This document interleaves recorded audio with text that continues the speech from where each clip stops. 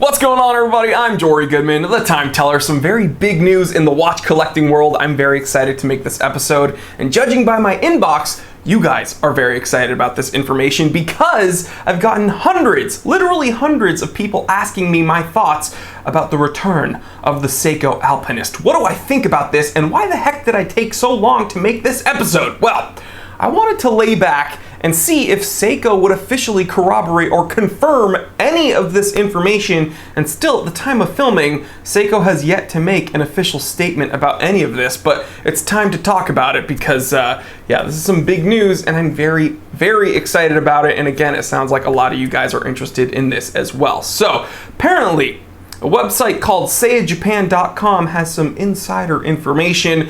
January 2020, we may be seeing the reissue of the Seiko Alpinist with some upgrades and some different dial variants. Okay, so the new Alpinist is going to have a 6R35 automatic movement with an upgraded 70-hour power reserve. It's very different from the 6R15 movement, which I believe had a 50-hour power reserve. Now, that's not the only thing that's going to be different. So, as many of you know, on the Sarbo 17, the case back just has kind of a little engraving that says Alpinist with a few little mountain tops there, some little peaks.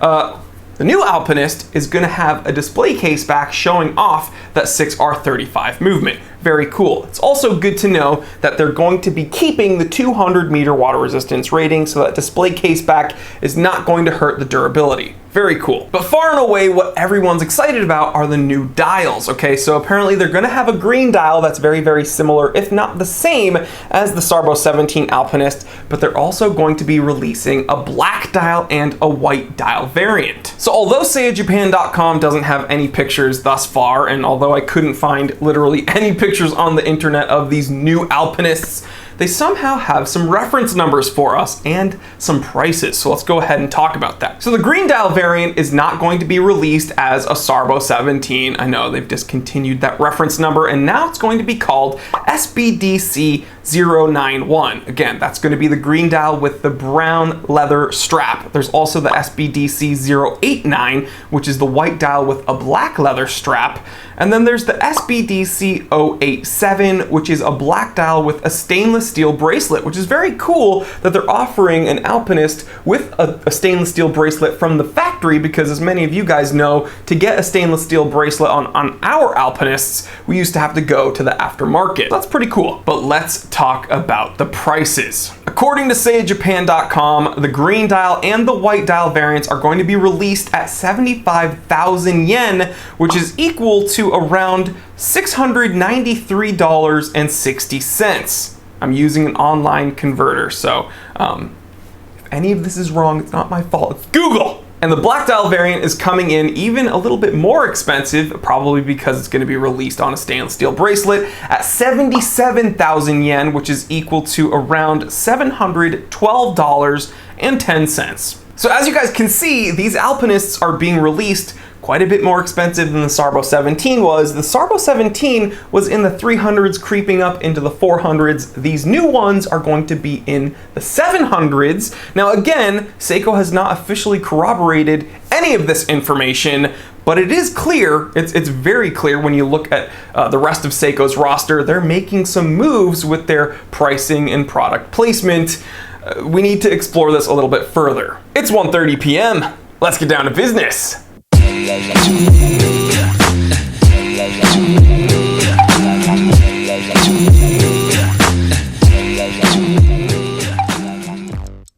Alright, so we got all the new information out of the way. Let's rewind a little bit. Let's take it back. Okay, so the Sarbo 17 discontinued, along with the Sarbo 33 and the Sarbo 35. Everyone freaked out.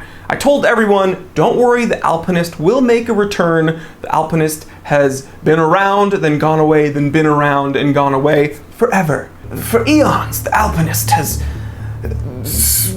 gone through the galaxy and explored different universes and found different life forms on places we could only imagine. The Seiko Alpinist is such a prolific creature.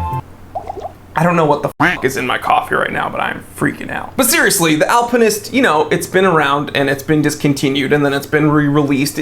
It's bound to keep happening, so don't freak out. And then sure enough, the blue Alpinist, the SPB 089, made its appearance, and again, it was a very sloppy launch, so I've made multiple videos about it, so it's gonna be up there if you wanna watch that. I bought one, and I unboxed it, and everyone got upset that I got one, and yada, yada, yada. Okay. Then, fast forward to right now, apparently the Alpinist is making its return in 2020. So, it's clear, when you look at Seiko's roster overall, they're changing things around, they're shifting prices, they're renaming things, they're discontinuing certain reference numbers and making new ones, they're putting Prospex logos on the dials arbitrarily, kind of, on certain watches. But I've made a list of what Seiko used to look like. I've made kind of a totem pole of hierarchy. So let's talk about it. Okay, so it used to be Seiko 5 at the bottom. Now, I'm not saying Seiko 5s are bad watches, I'm just saying those were the most affordable. That was their entry level, okay? It used to be $100 and below, had the Seiko 5 on the dial. Then it was Seiko, okay? Seiko was very vast. It was kind of general, right? They had watches that were in the hundreds of dollars, and then they had watches that crept up sometimes above 1,000. Then they had Seiko Premier, which were watches that had interesting combinations of complications, and I thought a lot of Seiko Premier watches were kind of ugly, but they were impressive in a way and a little bit more expensive. Then they had Seiko Prospex. Now Seiko Prospex was supposed to be above the Seiko SKX and even above the Seiko Turtle, right? It was supposed to be an even more detailed, even more durable sport watch. Then they had the Seiko Presage, right? The Seiko Presage came after the Cocktail Time. It came right after the Sarbo 6.5 Cocktail Time, and it was supposed to be an even more detailed, kind of more impressive, elegant dress watch. Then they had Grand Seiko, which was, you know, in the 4,000s and above, and then above that was Creeder. And Creeders are hyper limited and very, very, very expensive, often starting out, you know, close to the six figures. And then when we really started to see Seiko shifting things around was when they started adding differences within the Presage line and within the Prospex line, right? They started adding different variants and different complications with the enamel dial Presage Prestige line, and then the Prospex LX series with spring drive movements. Very, very impressive. So yeah, the categorization is changing. They're adding different names on different dials, but those aren't the only things that are changing. The prices are changing as well. So why is this happening? I get so many questions about this. Why are Seikos becoming more expensive? Well, I have a theory. Okay, so Seiko knows they make a lot of money in the sub $1,000 mark. That's not gonna change, and that has never really changed, right? They have 5 series that are sub $1,000. If you look at that little totem pole I made, Seiko 5, Seiko Premier, Seiko Prospex, Seiko Presage. Pretty much everything under Grand Seiko was sub $1,000. But having 5 lines at the sub $1,000 mark, it's probably confusing for them as a business, and it's a bit crowded from the consumer's perspective, right? I mean, even me, when I would see these new lines pop up,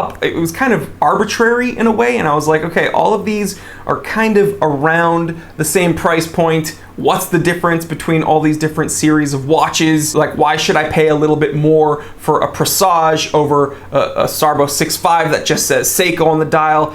So I'm sure what they're trying to do from a business standpoint is they're trying to make some clearer differences between the series. And honestly, what I think was the most confusing part for Seiko and for the consumer base is that one series that just had Seiko on the dial was huge. It was enormous. So when you see a ton of different watches that just say Seiko on the dial, and then you start seeing some that say Prospex and some that say Presage and some that say Prestige, it's a little bit wonky. So I understand from like a purely categorizational standpoint, they just want to make some clearer differences. It's easier for everyone, I get it. So again, I've made a little list. Here's exactly what I think Seiko is doing. Number 1, Seiko is going to reintroduce some sub $1,000 watches under the Seiko 5 series. An example of that would be these kind of wannabe Seiko SKX Seiko 5s that I've made a huge episode complaining about. You can watch that there. So again, the affordable Seikos aren't going anywhere. Seiko's not turning their backs on the entry-level consumer. They're just going to reintroduce all those sub $1,000 watches watches under the Seiko 5 line. Number 2, Seiko's going to bump up their more impressive sports watches and divers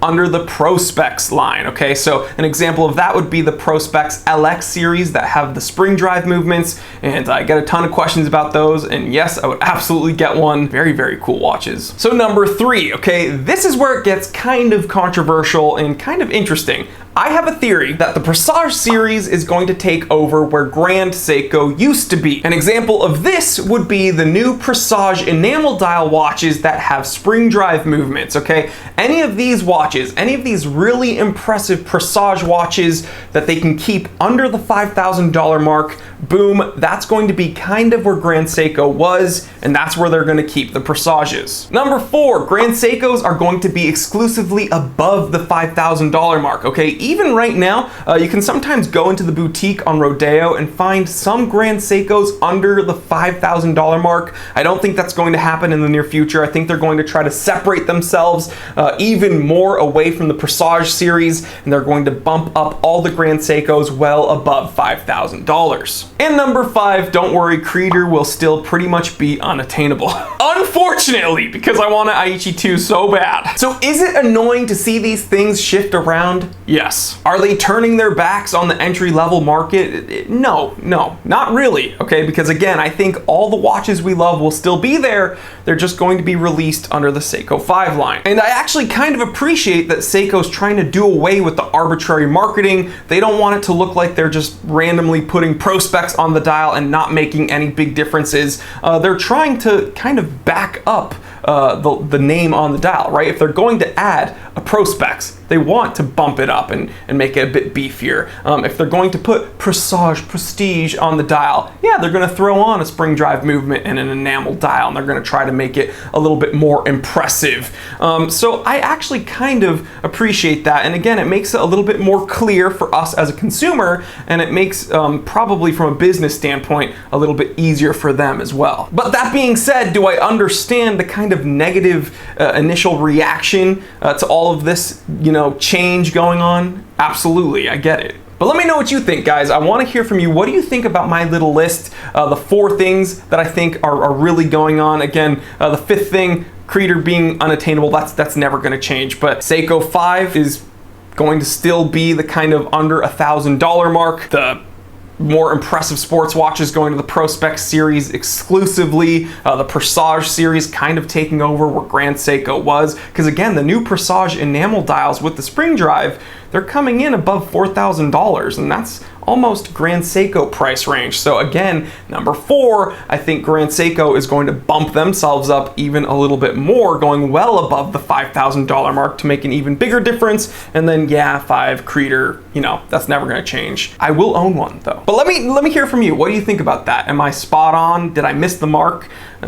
Leave me a comment. I want to hear from you. But all in all, it's true. I am very excited to see the Alpinist return. We all knew it would happen. Am I going to get one? Yeah, probably. Am I kind of bummed that it is more expensive than it used to be? Yes, but that was bound to happen. And listen, I'm not defending Seiko for making their watches more expensive. I like that it has, a larger power reserve. It's cool that it has a display case back. I think that's nice, but I'd like to see one. Let's see it. So I'll pick one up, I'll do a review. Probably won't get the green dial because green is for the Sarbo 6.5, or I'm sorry, Sarbo 17, but I might get a black dial. That would be cool. Ooh. Or a white dial. Oh my god, I might have to get both. We'll see. But if this episode helped you out, if it made some things more clear for you, and maybe you don't agree but you enjoyed yourself, go ahead, click that subscribe button if you haven't already, and hit the bell icon so you don't miss out on any of the content we're putting out here, because let's see, we upload Monday, Wednesday, Friday with a live stream Q&A every single Saturday, and a Time Away episode on the Time Away channel. We're doing that weekly as well.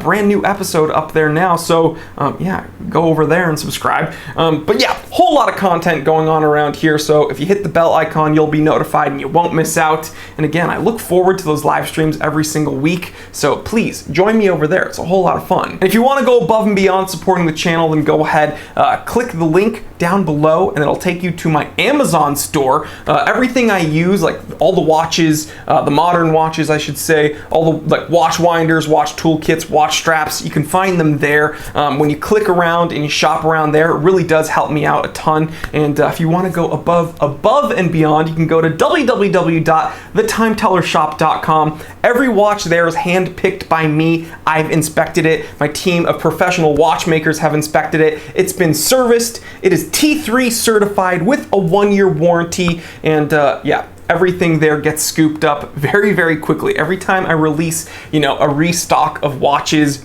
boom, they get snagged up. And I'm trying to do weekly restocks there, so don't miss out, guys. So if you click that link and you shop there, again, it's helping me out. And yeah, my editors will be able to eat. So, I can pay my editors. Because without you guys' help, they're not eating. But I'm still buying delicious coffee.